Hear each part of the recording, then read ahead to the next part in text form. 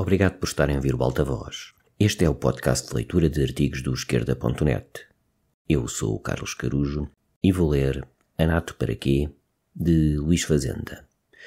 Este artigo foi publicado no dossiê A Esquerda face à Corrida Europeia às Armas, que pode ser lido na íntegra no Esquerda.net. 1. Donald Trump deu um tiro fatal na NATO.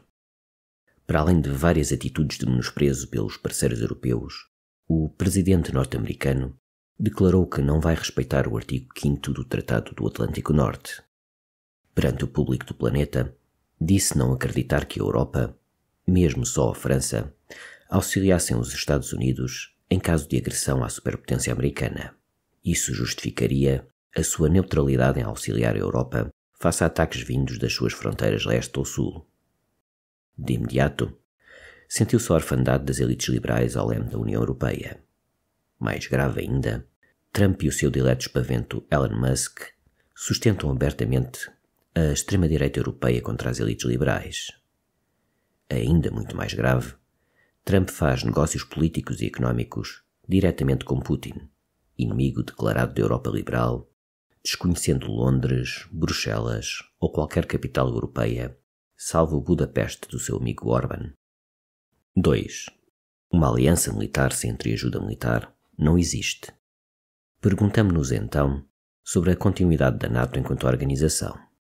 Resulta claro que a Casa Branca quer uma separação sem divórcio. A NATO dá jeito aos Estados Unidos para a proteção das suas bases militares estacionadas na Europa, para pressionar a compra de armamento americano através das estruturas de comando conjuntas e também para subir a parada de impor aos europeus protecionismo tecnológico face à China. Para Londres, Paris e Berlim, foi-se a ilusão de que disporiam do chapéu de nuclear americano. E agora estão entre a ilusão de que o afastamento dos Estados Unidos seja temporário e o receio de represálias dos Estados Unidos se a Europa consumasse um divórcio de facto. Na dúvida, entre as duas atitudes, querem armar a Europa Ocidental como nunca na história. 3. Esse plano chamado do rearmamento europeu é a decisão mais estratégica da União Europeia desde a criação da moeda única. O nome não é inocente. Pretende fazer crer que a Europa está desarmada ou que não passa de um anão militar no jargão de Bruxelas. Não é verdade.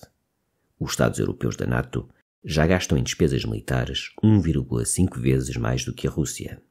Mesmo que numa ou noutra capacidade militar possa haver desequilíbrios de equipamentos que já estão ao nível da destruição mútua, o arsenal dos Estados europeus é mais do que convincente para a sua segurança e para alguma forma de cooperação entre si.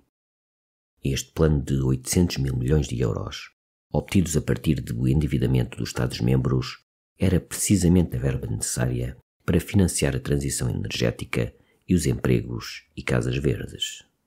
4. O Diretório Europeu quer fazer das despesas militares, que não contam para limites de déficit nem de dívida, a alavanca para uma grande intervenção do Estado na economia, puxar o capital privado para beneficiar da operação e tentar sair da estagnação económica. Não quiseram a economia da paz e do ambiente, mas instalam uma economia de guerra. Há pouco tempo, o almirante Gouveia Melo dizia que era preciso morrer pela NATO se fosse preciso, e que não há manteiga sem canhões. Por aqui se vê o programa destes supranumerários da NATO. O lema é cortar no Estado Social para comprar armas. Macron em França e Merz na Alemanha assumiram claramente que farão cortes nos serviços públicos para encaminhar os orçamentos militares. 5. Fugir a esta espiral do militarismo obriga a uma posição de ruptura com a NATO, que é o cancro do belicismo. Hoje é muito mais claro para os europeus que a NATO não lhes serve de proteção como quando foi a invasão russa da Ucrânia. Estados Unidos partilham e saqueiam a Ucrânia a meias com a Rússia. Os Estados Unidos ameaçam a Dinamarca para lhes ficar com a Groenlândia. Os Estados Unidos ameaçam outro membro da NATO de anexação, o Canadá. A NATO confirmou que sempre foi, agora em modo naufrágio, uma máquina de guerra ao serviço dos Estados Unidos. Os povos têm tudo a ganhar impondo um real divórcio face à NATO.